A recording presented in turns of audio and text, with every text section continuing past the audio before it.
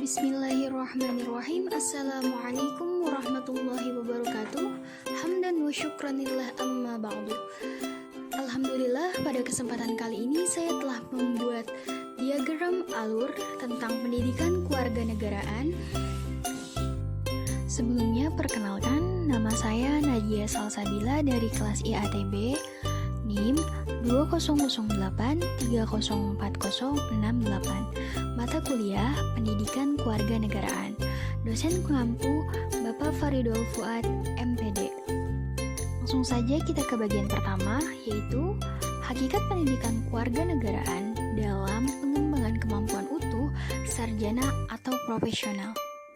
Apa itu pendidikan kewarganegaraan? Pendidikan kewarganegaraan adalah metode pendidikan yang bersumber pada Pancasila sebagai kepribadian bangsa. Adapun tujuannya memberi pemahaman dan pembelajaran dalam memahami kedudukan warga negara dalam tata negara. Dan hakikatnya dikutip dari Kementerian Pendidikan dan Budaya atau Kemendikbud. Secara hakikat, pendidikan kewarganegaraan merupakan sarana pembelajaran yang bersumber dari nilai-nilai Pancasila sebagai kepribadian bangsa dan juga upaya untuk melestarikan moral. Bagian 2. Esensi dan urgensi identitas nasional sebagai salah satu determain pembangunan bangsa. Apa itu identitas nasional? Identitas nasional adalah ciri atau sifat-sifat khas bangsa yang membedakannya dengan bangsa yang lain di dunia. Identitas nasional tersebut dimulai dari identitas manusia dan diakhiri dengan identitas nasional. Sebab-sebab pentingnya identitas nasional. Yang pertama, agar bangsa dapat dikenal oleh bangsa yang lainnya. Yang kedua, identitas negara amat penting untuk kelangsungan hidup negara tersebut.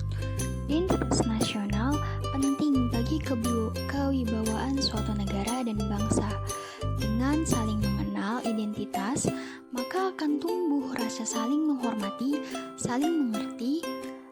Tidak ada stratifikasi dalam kedudukan antara bangsa dan negara. Bagian 3. Esensi dan urgensi konstitusi dalam kehidupan sebangsa dan bernegara. Apa itu konstitusi? Konstitusi adalah aturan atau hukum yang berisi tentang ketentuan bagaimana pemerintahan diatur dan dijalankan dalam suatu negara. Adapun fungsi konstitusi adalah memiliki peran yang amat penting dalam kehidupan bernegara. Karena jika tidak ada konstitusi dalam suatu negara, akan banyak orang melakukan tindakan yang sewenang-wenang. Yang 4. Sumber historis, sosiologi, dan politik tentang konstitusi dalam kehidupan berbangsa dan bernegara Indonesia. Sumber historis, sosiologis, dan politik. Konstitusi di Indonesia selalu mengalami perubahan dalam beberapa dekade ke belakang. Contohnya seperti amandemen undang-undang. Dan pada saat para pemimpin bangsa merumuskan konstitusi, bukanlah hal yang ditulis dalam waktu yang amat singkat.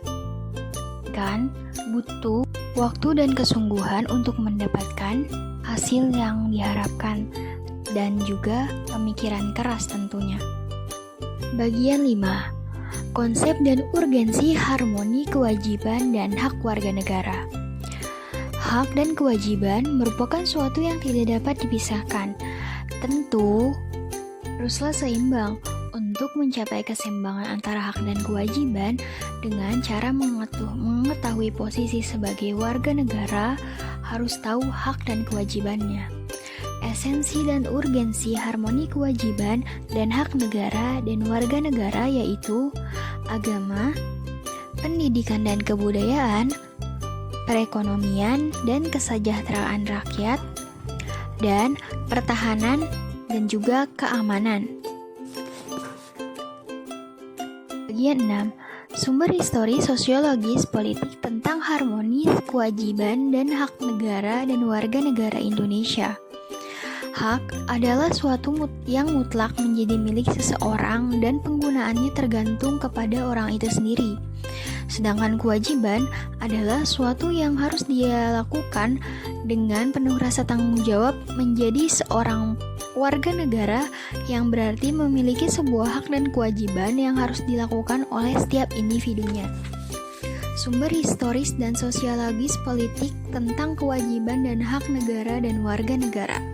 Secara historis, pejuang yang menegakkan hak asasi manusia di dunia barat adalah John Locke, yang pertama kali merumuskan adanya hak alamiah yang melekat pada setiap diri manusia, yaitu hak atas hidup dan hak kebebasan dan hak milik.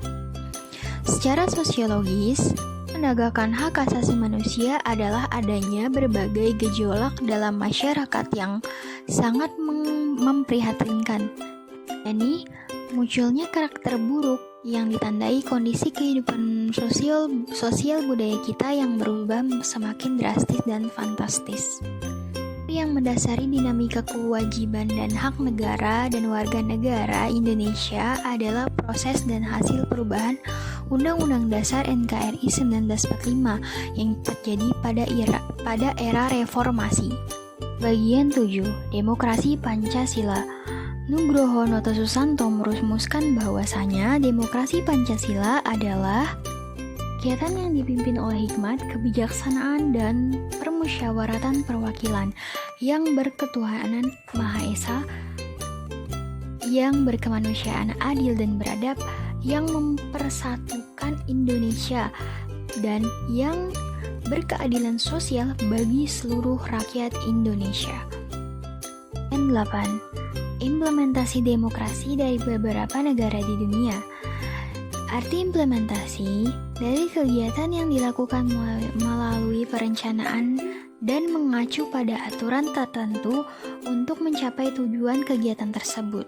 Sedangkan demokrasi adalah bagian khazanah dalam membuat keputusan secara kolektif. Dengan kata lain, implementasi demokrasi adalah pelaksanaan yang dilakukan secara musyawarah bersama. Bagian 9. Konsep dan urgensi penegakan hukum yang berkeadilan. Penegakan hukum terwujud untuk mewujudkan aturan hukum demi terciptanya ketertiban dan keadilan di masyarakat. Tertera dalam peraturan hukum, pasal hukum material seyogianya dapat terwujud dalam proses pelaksanaan hukum di masyarakat. Dengan kata lain, penegakan hukum pada dasarnya bertujuan untuk meningkatkan ketertiban dan kepastian hukum dalam masyarakat sehingga masyarakat merasa memperoleh perlindungan akan hak-hak dan kewajibannya. Bagian 10. Konsep urgensi wawasan Nusantara. Hakikatnya, wawasan Nusantara adalah keutuhan Nusantara dalam pengertian cara pandang yang selalu utuh, menyeluruh dalam lingkup Nusantara demi kepentingan nasional. Faktor yang mempengaruhi wawasan Nusantara ialah geografis atau wilayah, geopolitik, dan geostrategi. Geopolitik memaparkan dasar pertimbangan dalam menentukan alternatif kebijakan nasional untuk mewujudkan tujuan tertentu, dan perkembangan wilayah Indonesia dengan dasar hukumnya. Bagian 11. Konsep dan urgensi ketahanan nasional dan bela negara. Urgensi dan ketahanan nasional. Terlibatnya seluruh elemen bangsa dan negara dalam menghadapi sebuah ancaman dari dalam maupun dari luar. Bela negara adalah salah satu bentuk pertahanan nasional. Bentuk-bentuk pertahanan nasional mencakup ketahanan sosial, ketahanan budaya, ketahanan politik, ketahanan ekonomi, dan ketahanan ideologi. Dan 12. Mengetahui kelebihan bangsa Indonesia dengan wawasan Nusantara untuk mewujudkan ketahanan nasional. keutuhan bangsa dan Nusantara dalam cara pandang yang utuh menyeluruh demi kepentingan nasional.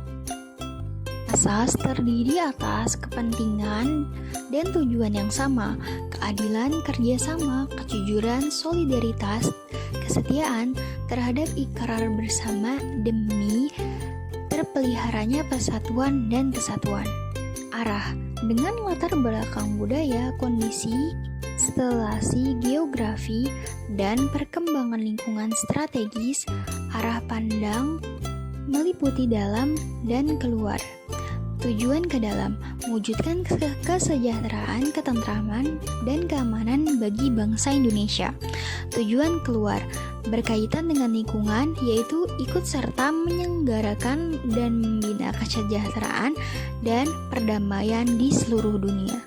Bagian 13, anti korupsi. Korupsi adalah tindakan pejabat publik, baik politisi maupun pegawai negeri, serta pihak lainnya yang terlibat dalam tindakan untuk secara tidak wajar dan tidak legal menyalahgunakan kepercayaan publik yang dikuasakan kepada mereka untuk mendapatkan keuntungan sepihak. Dampak korupsi. Dampak korupsi dapat menyerang banyak aspek. Dua diantaranya adalah demokrasi dan ekonomi. Upaya yang dilakukan untuk memberantas korupsi sama strategi preventif. Strategi ini harus dibuat dan dilaksanakan dengan arahan dan hal-hal yang menjadi penyebab timbulnya korupsi. Setiap penyebab yang terindikasi harus dibuat upaya preventifnya sehingga dapat meminimalisir penyebab korupsi. Strategi deduktif. Strategi ini harus dibuat dan dilaksanakan terutama dengan diarahkan agar apabila suatu perbuatan korupsi terlanjur terjadi, maka perbuatan tersebut akan dapat diketahui dalam waktu yang sesingkat-singkatnya dan seakurat-akuratnya sehingga dapat ditindaklanjuti dengan tepat. Akhir, strategi represif.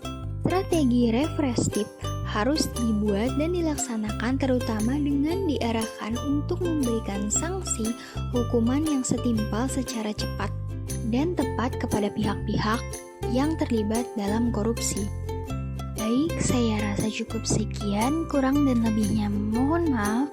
Terima kasih banyak. Wassalamualaikum warahmatullahi wabarakatuh.